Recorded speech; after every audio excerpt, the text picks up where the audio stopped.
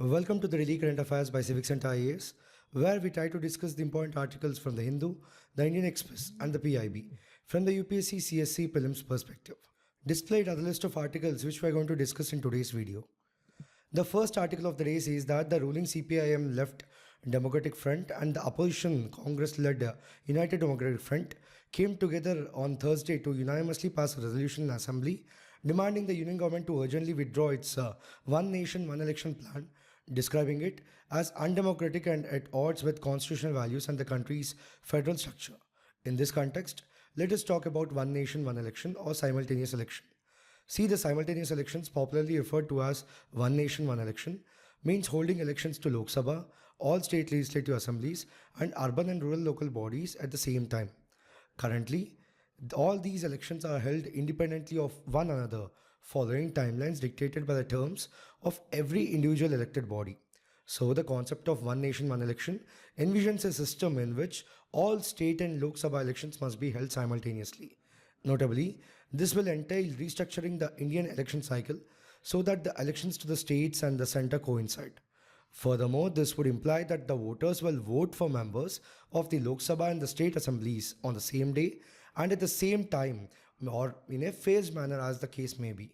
Moving on to look back at the history of the simultaneous elections, see, the first general elections of India held simultaneously to the Lok Sabha and the legislative assemblies of the states in the year 1951. Then even the next three cycles of elections also witnessed concurrent Lok Sabha and Legislative Assembly elections, barring a few stray cases, like the first case, Kerala, where a midterm election was held in 1960 on the premature dissolution of the Assembly, and then in Nagaland and Pondicherry, where the Assembly was created only after the 1962 general elections. Some of the other countries where simultaneous elections are conducted are Germany, Japan, Indonesia, the Philippines, and the Belgium.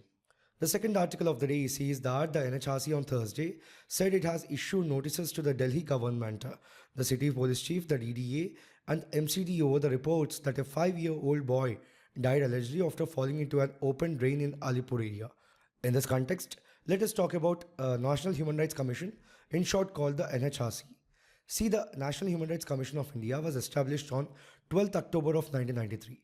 Know that the statute under which it established is the Protection of Human Rights Act of 1993 as amended by the Protection of Human Rights Amendment Act of 2006. Significantly, it is in conformity with the Paris Principles adopted at first International Workshop on National Institutions for the Promotion and Protection of Human Rights held in Paris in October 1991. Now, what are the functions of NHRC? See, firstly, it looks into the violation of human rights or abetment. Secondly, any negligence in the prevention of such violation by a public servant. Thirdly, to intervene in any proceeding involving any allegation of violation of human rights pending before a court with the approval of such court. Next, to visit under the intimation to the state government any jail or any other institution under the control of the state government where the persons detained are or lodged the purposes of the treatment, reformation or protection to study the living condition of the inmates and make recommendations thereon. Then to review the factors including the acts of terrorism that inhibit the enjoyment of human rights and recommend appropriate remedial measures. Furthermore, to study treaties and other international instruments on human rights and make recommendations for their effective implementation. Next, to encourage the efforts of non-governmental organizations and institutions working in the field of human rights. Lastly, such other functions as it may consider necessary for the promotion of human rights. Then what about the powers of NHRC? Under that, if we look at the civil court powers, firstly, it can summon and examine witnesses on oath. Secondly, it can request documents and public records. Thirdly, it can receive evidence via affidavits. Lastly, it can issue commissions for examining witnesses or documents. Then it can suggest a compensation for the victims of human rights violations. Furthermore, it can seek enforcement of human rights in the Supreme Court or High Courts. Lastly, it can take suo motu cognizance of human rights violations without a formal complaint. The third article of the day says that the Delhi Environment Minister Gopal Rai has urged the centre to convene an urgent meeting with key stakeholders to expedite approvals for cloud seeding, which is an emergency measure aimed at reducing the anticipated winter pollution spike in the capital. In this context, let us talk about cloud seeding. See, artificial rain, also known as cloud seeding, is a weather modification technique designed to induce or increase precipitation. Know that it is also used to disperse fog banks in some airports. See, in this method, scientists use aircraft to inject silver iodide, potassium iodide, dry ice, liquid propane, or salts into the clouds to mimic the ice nuclei. Notably, clouds often lack naturally occurring ice nuclei, so injecting them with silver iodide particles and other substances increases the number of nuclei, leading to rains. Then how does cloud seeding or artificial rain happen? See, the injection of such particles makes clouds more efficient at generating ice crystals that either fall as snowflakes or melt to produce raindrops, depending on the temperatures in and beneath the cloud. Know that the amount of rain or the snow a cloud can produce depends on a balance between the different number of ice nuclei inside it and the amount of water available to grow around those nuclei. Now, where is the cloud seeding tested in India? See, IIT Kanpur successfully tested the artificial rain technology over a limited area on its campus. It's also tested by different scientific bodies in water-starved regions of Maharashtra, Karnataka, and Andhra Pradesh. The next article says that 5 people died from heat exposure and many were treated for dizziness, headaches, and heat-related symptoms in the age show which in the Chennai. In this context, let us talk about the few aspects. Firstly, if you have to talk about the impact of heat on the body, see, the body stores heat due to a combination of environmental stress and internal metabolic processes. So the inability to eliminate heat can lead to heat exhaustion or heat stroke. Notably, according to the World Health Organization, the heat buildup results from both internal heat production and external heat gain, especially when clothing hinders heat loss.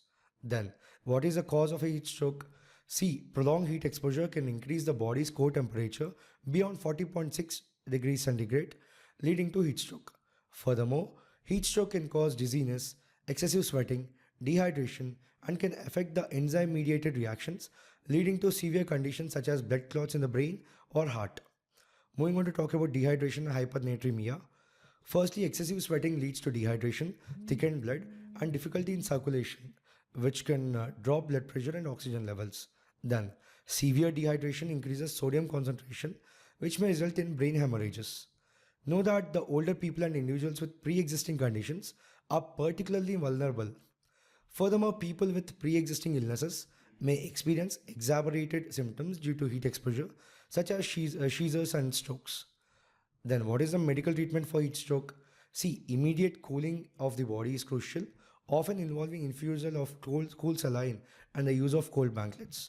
Notably, delayed treatment can lead to complications like encephalopathy, acute kidney injury, and systematic inflammatory response syndrome. The next article says that announcing a 10-point plan while underlining that dialogue and cooperation between India and ASEAN are of the utmost importance at a time of conflict and tension in many parts of the world. Prime Minister Modi Thursday flagged respect for each other's national integrity and sovereignty at the India-ASEAN Leaders Summit in Laos capital, Vignan.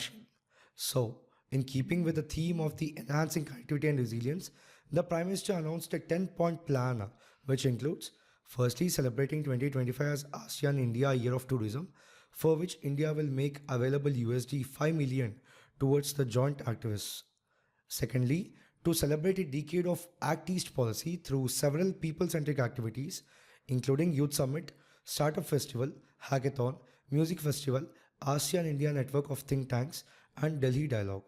Thirdly, organize ASEAN Women Scientists Conclave under the ASEAN-India Science and Technology Development Fund. Fourthly, doubling the number of scholarships at Nalanda University and provision of new scholarships for ASEAN students at agriculture universities in India. Then the review of ASEAN-India trade in goods agreement by 2025. Next, enhancing disaster resilience, for which India will make available USD 5 million.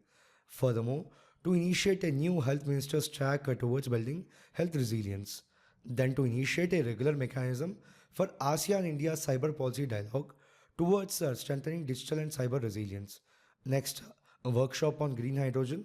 And lastly, he invited ASEAN leaders to join the Plant a Tree for Mother campaign towards building climate resilience. The next article says that the International Day of the Girl Child, celebrated annually on October 11th, serves as a powerful reminder of the need to empower and protect girls worldwide. Significantly, this day highlights the importance of gender equality, education, and opportunities for young girls. Furthermore, this day acts as a reminder to create an environment where girls can thrive, ensuring they are equipped with the tools to lead and shape their futures.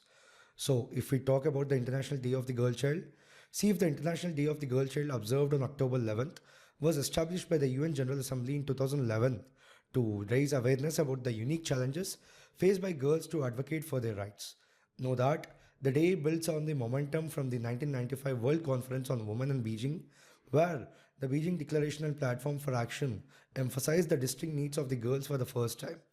Furthermore, this global observance highlights the importance of providing girls with equal opportunities in education, safety, and healthcare to help them become leaders and change makers. See, the theme of 2024 is Girls' Vision for the Future, reflects the girls' determination to create a world where they are respected, protected, and empowered. Now, talking about the gender equality in the Indian Constitution, see the Indian Constitution guarantees gender equality and empowers the state to address historical discrimination against women. Furthermore, women in India are protected from gender-based discrimination, granted equal rights, and supported by various legal measures to uphold their dignity. Now, talking about the government initiatives for empowering girls in India, see the Indian government has introduced several schemes to empower girls and secure their futures. Firstly, Beti Bachao Beti Padhao, which focus on gender equality and girls' child education. Secondly, Sukanya Samriddhi Yojana, which encourages savings for girls' education and marriage. Thirdly, the scheme for adults and girls, which addresses health and nutritional needs. Fourthly, Udan, which aims to increase enrollment of girls in prestigious engineering institutions. The National Scheme of Incentive to Girls for Secondary Education, which supports education for girls from scheduled castes and scheduled tribe communities. Moving on to talk about the legal measures for protection. See, India has implemented several laws and programs to protect and support girls. Firstly, Prohibition of Child Marriage Act of 2006, which penalizes child marriage. Secondly, Protection of Children from Sexual Offences Act of 2012, which addresses child abuse. Thirdly, Juvenile Justice Act of 2015, which ensures care for children in need. Fourthly, Mission Vatsalya, which provides child development services and protection. Then, Track Child Portal, which helps match missing children with those in care institutions. Also, PMKS for Children scheme, which supports children orphaned by COVID-19. Lastly, collaborations with NIMH, ANS, and eSampark, which provides mental health and mental care. The last article of the day says that the Union Health Ministry celebrated the completion of 2 years of National Tele-Mental Health Program, Tele-Mental Health Assistance and Networking across states, in short called the Tele MANAS, on World Mental Health Day here today. So the theme of this year's World Mental Health Day is "It is time to prioritize mental health at the workplace." In this context, let us talk about Tele MANAS. See, Tele MANAS is a comprehensive initiative to offer mental health support to individuals across India, and its services have expanded with the launch of Tele MANAS mobile app and the video consultation feature. Furthermore, the app and services aim to make a mental health support more accessible and user-friendly for everyone, with a particular focus on workplace mental health, which is the theme for Mental Health Day 2024. It is time to prioritize mental health at workplace. If we have to talk about Tele MANAS mobile app features, see, the app provides tools and resources for users to manage stress, anxiety, and emotional challenges, with tips on recognizing early signs of mental distress. Secondly, the app includes mind challenges, games, and mindfulness practices to engage users in improving their mental well-being. Furthermore, the users can access free and confidential mental health support from trained professionals through the app. And lastly, the app and toll-free numbers provide services in 20 languages, ensuring accessibility across India. So in this video, we have talked about 6 articles in total for today. We'll be back again with another video tomorrow. Thank you.